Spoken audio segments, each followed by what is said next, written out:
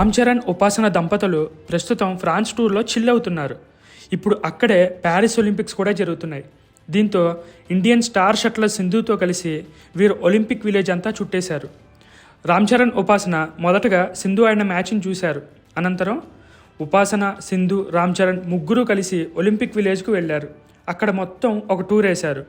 జిమ్కు వెళ్ళినప్పుడు రామ్ చరణ్, సింధు ఇద్దరికీ ఇది చాలా ఇష్టమైన ప్లేస్ అని ఉపాసన అన్నారు. అలా దాదాపు ఒక రోజంతా వారు ఒలింపిక్ గేమ్స్, ఒలింపిక్ విలేజ్ టూర్లోనే గడిపేశారు.